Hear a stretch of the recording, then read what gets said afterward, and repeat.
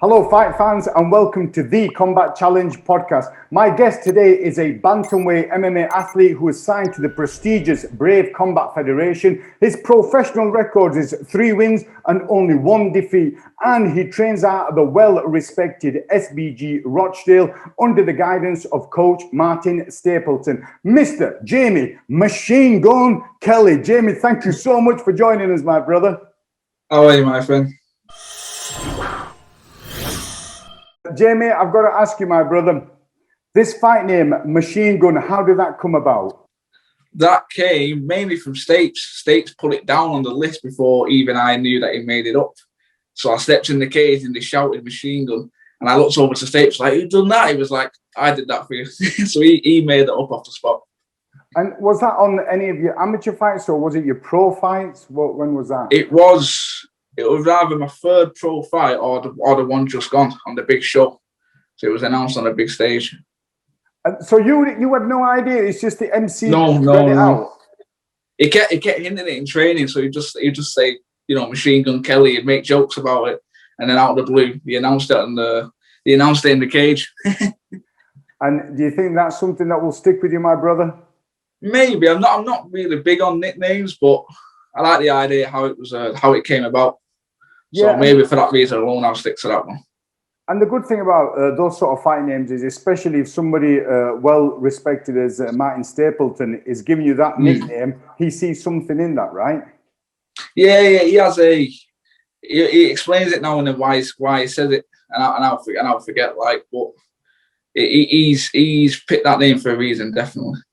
Yeah, for sure, man. He's a cool guy. I had him on the podcast last week, and hopefully his podcast will be coming out later on today, so you'll be able to have a look at that. Yeah, that'll be a mint watch, that. Your martial arts journey from a young age, what sort of sports did you get into? If you can lead us down that timeline to where you are now. Yeah, so I'm 22 now. I'd say going back 6 years was when I walked into my first training session. That was a Muay Thai gym in Shadderton, just like round the corner from where I live. And that was 16 years old. And before that day, I was a rugby league player. So from 16 all the way down to 7. So nearly 10 years I was playing rugby league, most of my life. And one day I just fell out with the game, walked into a Muay Thai gym and just started that, and then fell in love with that game. So I'm kind of all in or out with me. I'm not 1 foot in, 1 foot out. I'm rather I'm doing it or not. So once I stepped in that Muay Thai gym, I stopped with the rugby and just went straight for that. So how long were you doing Muay Thai before you ended up doing other disciplines and ended up at like SBG Rochdale? So we was there for about, I'd say, just short of 2 years. And there was a lad called Adam Hussein, who's, you might have seen a few of his fights on the stage. He's like one of the best strikers in our gym, if not, I'd say around. If you watch him spar, he's one of the top level strikers that we've ever seen. And he went to that Muay Thai gym as to do a bit of striking whilst he was training MMA with Stapes. So I didn't have a clue about MMA. I'd never been to Stapes' gym. And one day, Adam Hussein said to me and my cousin who started, he said, "Let me show you what I do." So we got in the ring, got in that Muay Thai stance, and boom, double leg straight in our head. Started grounding, pounding us, and we had no idea what it was. We felt like a beetle on our back. We didn't have a clue what to do. And after that day, we just said, whatever he's doing, we've got to go do it. So the next day, we went to the FCPC. At the time, it was FCPC. We went to that gym, and that's how MMA started from there. And was that Full Contact Performance Centre? Is that what it's called, right? Yeah, that's what it was called. And now recently, I couldn't give you a date, but it changed to SBG. Yeah, because when Stapes came out of the Marines, I think that was the first thing he started, was the Full Contact Performance Centre before having an alliance with SBG, right? Yeah, he started that, I think. If I might be wrong, he's probably told you, but I might be wrong. I feel like it's 2016. I could be completely wrong, but it was a bit back before I even started any sort of fighting. He started that gym. So all your mixed martial arts training has been under the guidance of Stapes from the beginning? Yeah, every bit. And I think that's important for most fighters, I think. You get some people who jump about, don't they? And I feel like there's only one person that knows you're the best, and that's the man who saw you from the beginning.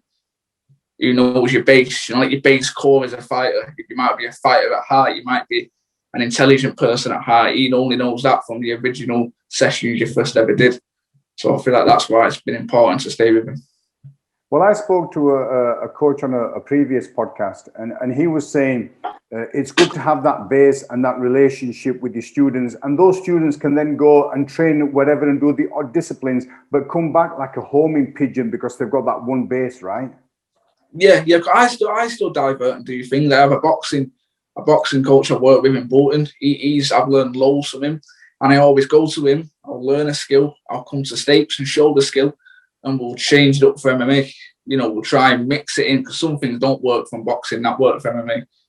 So it's not wrong. It's not wrong to divert sometimes to different disciplines. Yeah, as long as you have that loyalty and that good understanding, that trust with that base, right? Yeah, of course, 100%. The loyalty is number one. You mentioned about going to boxing gyms. You're right, because you'll go to boxing gyms and you'll learn the skill with the striking. However, the stance would be slightly different to what would be required for MMA. And is that why you would adapt it? Yeah, not just stance. I find distance as well is a big thing. Distance, stance. As you've probably seen in that McGregor fight, kicks alone can take out everything. There's quite a lot of things. Distance for me, because I'm quite a short guy, so a lot of people in my gym are quite tall. So I'll learn something in the boxing, and I'll go spar, and it will just neglect it straight away just off distance alone. And it's good to keep that mind open to learning, rather than thinking, I'm a professional athlete, I know everything, and I don't need to learn anything else, right? Yeah, I feel like if you have the mindset of like, I'm like you just said then, like you don't need to learn anything anymore, you're stuck. There's never a perfect, and that's with anything. There's never a perfect in any sort of thing you do. If you work as a sparky, there's never a perfectionist sparky about it. There's always something else to learn and branch out and do, and that's with anything. So as long as you got that mentality, you're just going to keep going up. Yeah, and like the analogy I'll give is, a small rock. If your mindset is like a small rock and people are trying to teach you stuff, but nothing's getting through, whereas if your mindset is like a sponge and you're soaking everything in, you're going to be better off in the long run. Yeah, right? Yeah, 100%. That's a perfect analogy to that. Yeah, sponge. You say that about kids. Yeah. If we can talk about your last fight, which was on Brave Combat Federation 43, and that was against Mohammad Mokaev. Now, this dude, at the time, he was undefeated in 22 amateur bouts and had won both his pro bouts. In his amateur, he'd won the IMAF. He'd done everything in the amateur career. First of all, how did that fight come about? What was the preparation for Mohammad? And talk us through the fight itself. So the fight came about.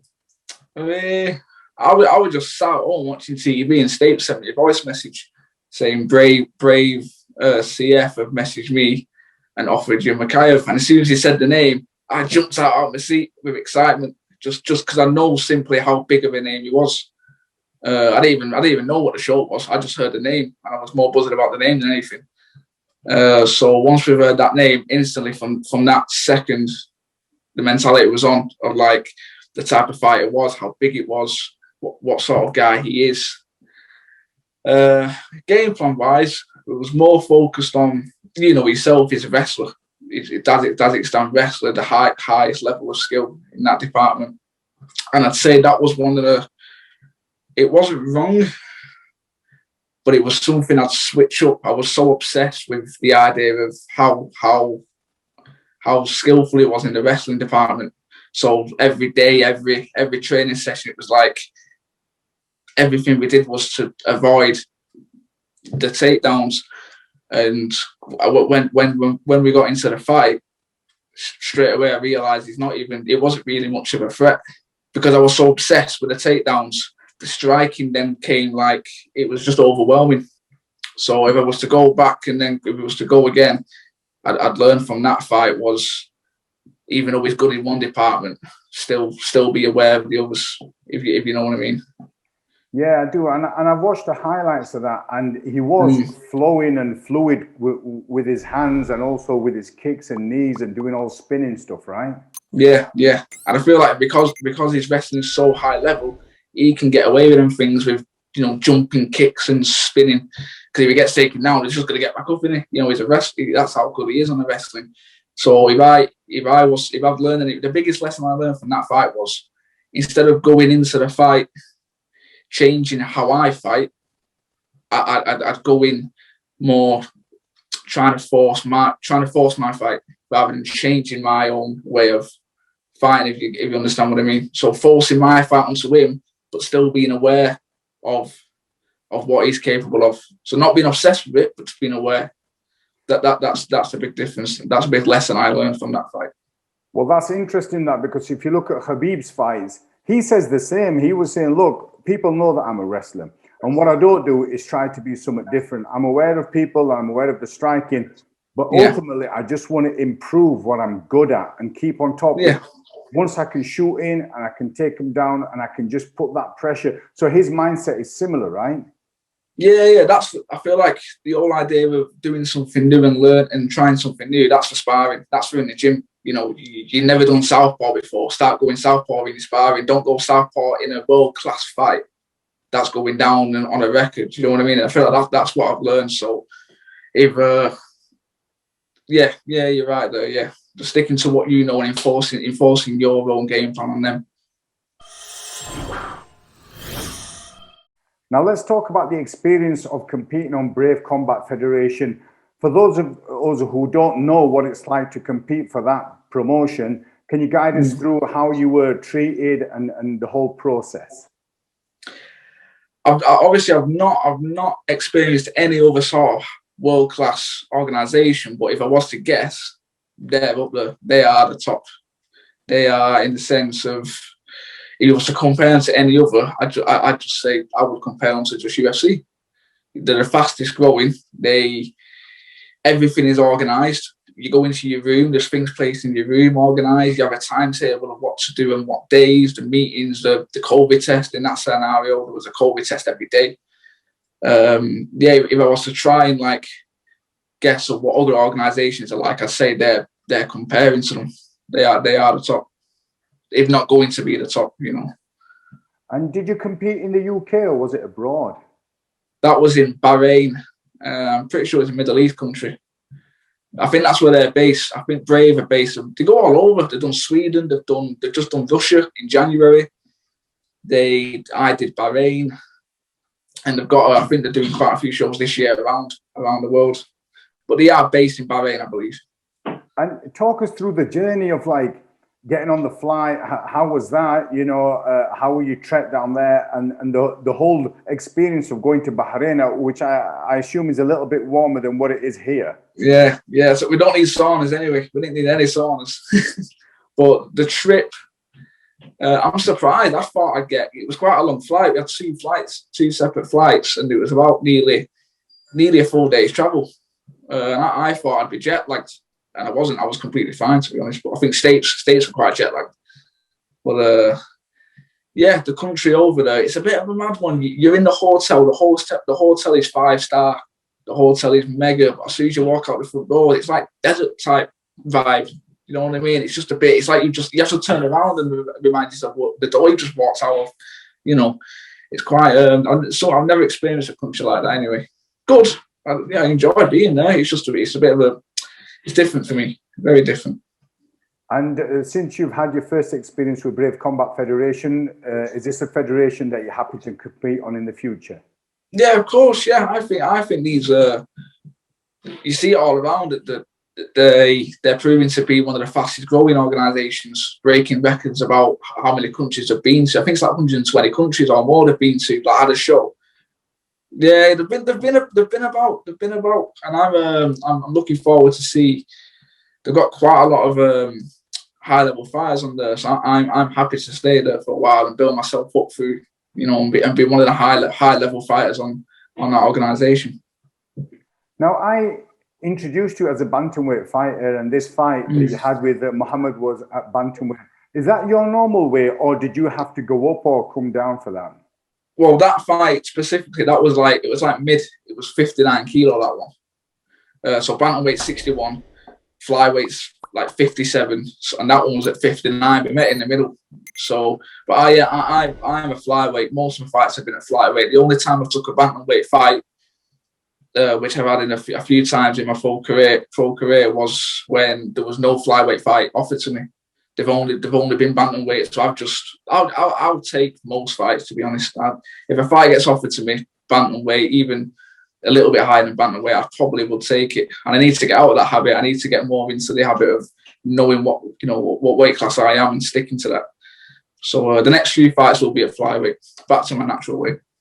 Yeah, I mean, it is your natural weight, like you say. The difficulty you have is if you're struggling to get fights and then someone comes along and it's a couple of kilos heavier, there's always that temptation, right? Yeah, that was the thing with me. States would go, oh, we got a fight at bantam, and he wouldn't even finish the word bantamweight. I just go, yeah, fight. Like, as long as it's there, I'm happy to take it.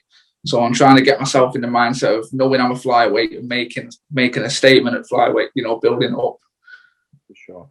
And for those who haven't seen that fight, can you tell us how that fight ended and in which round, and talk us through that? The last one you're talking about? Yeah, Mohammad. Well, yeah. So that fight started off. I didn't feel too bad starting off.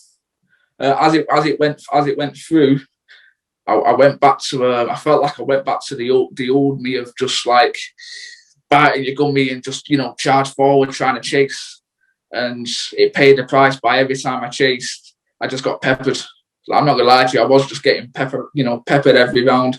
It didn't knock any confidence. Every time I went back to the corner, States would be like, this is still winnable. I'm like, yeah, no, don't worry, I've got this. So no, I weren't doubtful at all during the fight. It kind of went the same through all the way to round three. Round three started, I felt good, felt fresh. Then same thing though, I came out just trying to chase him more than be patient, and then he went for a low single, got the low single. I gave up my back, and he just sunk a nice joking. Tried to fight it. I lasted about 10 seconds fighting it, but in the end he got it. Yeah, but that was deep, brother. That was deep under your chin, right? At first I was like, I could have lasted longer, and I looked back and I thought, if I tried any longer, I would have just been out. So I really did try and get that one off me, but I couldn't.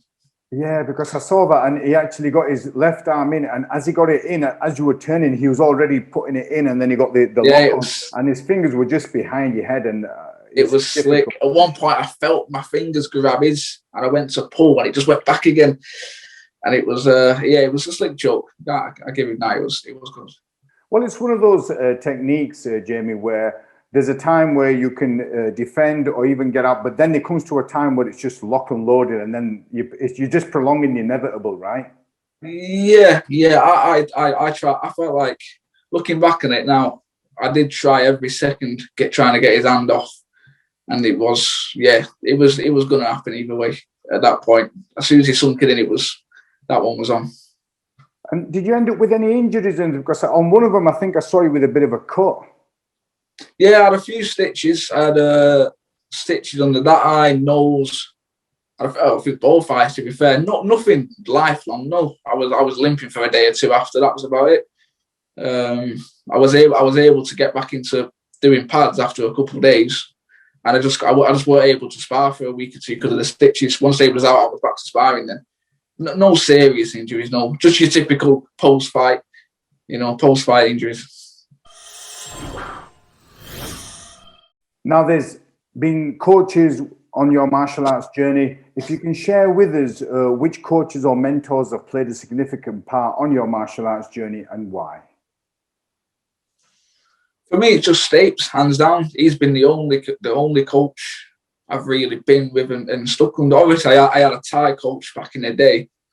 I'd say what I learned from him was just. I just say the basics, of standing up with what I learned from him. But soon after that, I went straight to Stapes, and he's taught me 99% of everything I know with fighting. I started with him, and I'll be sticking with him until the end, and I won't see myself going anywhere really. So I have my other ones. I have strength coaches. I have my boxing coach who I've learned a lot from him. Don't get me wrong, I've learned a lot, and I've been learning. And through this lockdown, I've been learning a lot from him 3 or 4 times a week going to him. And things are paying off, inspiring in that sense. So skill-wise, he's paid a bit as well. But the majority is going down to Stapes, 100%. So the question I ask you is, even though you've been with Stapes right from the beginning, and you've moved gyms with him, you've moved gym names with him, what is it about Stapes that cements a good, positive relationship as a student and coach? I feel like we understand each other. I feel like he understands me as a fighter and what I prefer, what I don't prefer, how I go about things. Like, he knows I'll just take a fight out the blue, so he has to convince me, let's look at this at another angle and take our time with things. He knows, he just knows me not only as a fighter, he knows me as a person. And I think that's what you need with a coach and fighter relationship, not just like, oh, he's my fighter. We know each other quite a lot. We spent over in Bahrain, it was just me and Stapes. So that was a good trip to have as a coach and a fighter. That was I'd say that trip was our first proper, like, it was just a week of me and Stapes. So that was good to have as well as a coach and fighter. So yeah, I'd say you just can't beat that. You can't beat that relationship between the two, especially when you've been on from the beginning and you've seen the progress. You can look back at my first ever fight on Tanko at 16 years old. I got a video on my phone of my first ever internet club after like 3 weeks, and even when Stapes is shouting the instructions, the passion from them all the way up till now is the same. He don't treat anybody different. The passion's there for every single one of his fighters. And I talked briefly with Stapes last week, and one of the things he said is his time in the Marines has really helped him through his life, and just his day-to-day stuff, whatever he's dealing with, that's really helped him. Does that show when he's doing his coaching with you? Yeah, there is a slight I want to word it now. So I'll give an example. Instead of wording, I'll give an example. So let's say he's trying to show a drill and there's people in the corner talking. It won't let you do that. It won't take shit. You know what I mean? It'll just say, come over here and listen to me. If you're not, get off the mat. Do you know what I mean? He'll have a set way of doing things, and that is the way to do it. He won't divert from that way. And I feel like he probably has got that for Marines, 100%. He does have his set things to do things, and he won't divert from that. And he's very strict on certain things, yeah.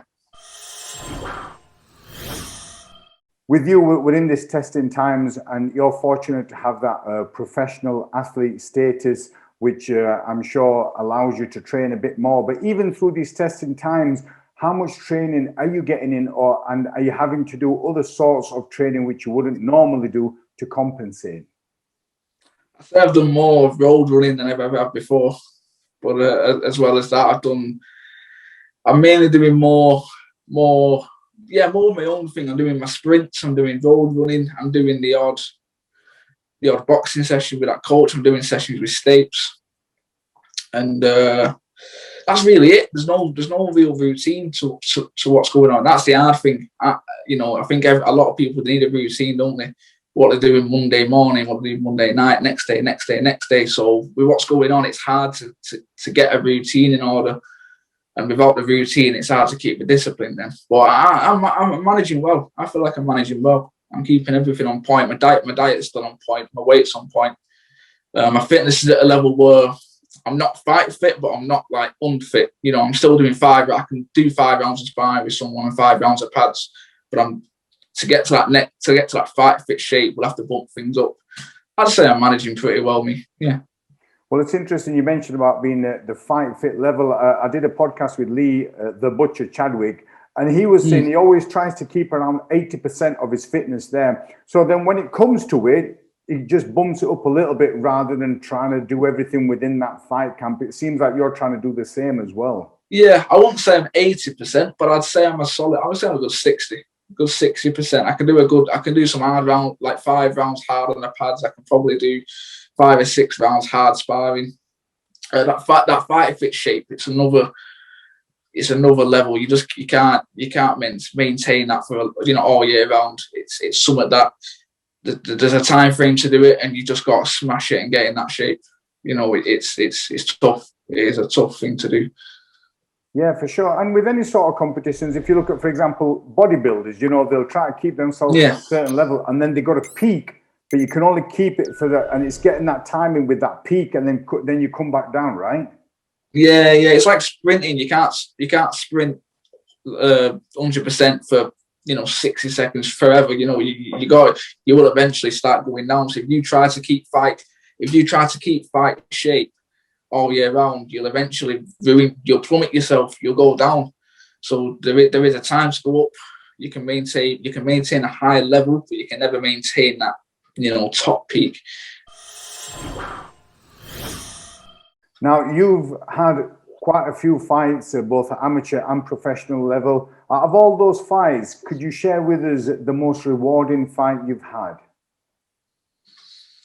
I'd say a fight on BUDO. I can't remember the show number, but it was a BUDO championship fight, for the flyweight belt. And that one was a 5-round scrap. And I'm talking from the bell to the end. I've never been so exhausted. We were both me and the fact that my opponent was in the back room next to each other on the floor, dying. I didn't even celebrate the fact I won the belt. I was just dying on the floor. It was just it was a scrap. But the fact we went all 5 rounds, and then I still got my hand raised as well at the end, was that I would say that was the biggest rewarding fight. It was tough. That was the toughest fight I've ever had, that one, 100%. And is that on Chris Clark's show? Yes, BUDO. BUDO's a good show, good local show. I've had a few on there. Yeah. Yeah, that Chris likes to put them out. No wonder you don't know the number. He's always churning out those BUDOs, isn't he? Yeah, there's loads all the time. No. Brother, out of all the fights you've had, and now you're at a level which you're competing at a premiership level on Brave Combat Federation, what advice would you give to fighters who were thinking of stepping into the professional league from your knowledge and experience? I'd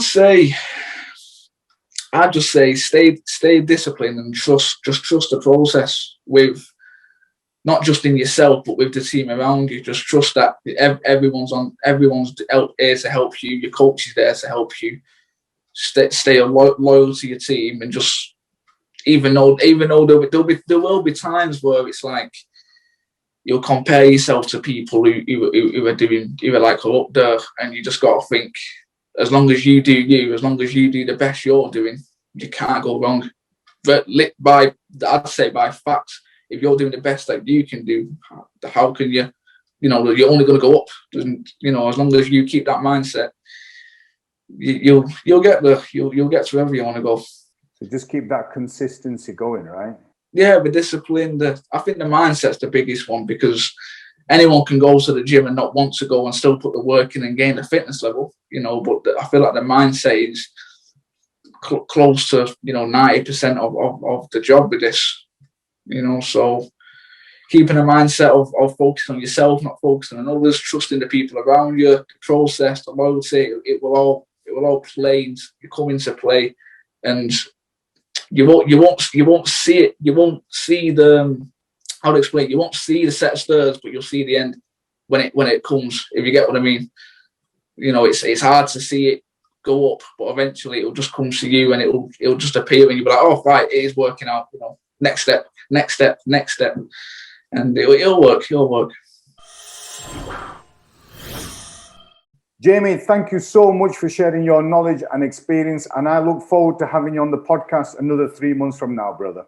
Yeah, thank you, mate. It's been a pleasure. This is the first podcast I've done, and I've had fun. I've enjoyed it. I'm looking forward to the next one as well. Brother, this is the first one, but it's going to be the best one, my friend. I know. I'm looking forward to more. Even when people like Ariel Hawani get in touch with you and you're doing podcasts with them, it still won't be as good. Yes. Take care, my brother, and speak to you soon, my friend. You too, pal. Thank you very much.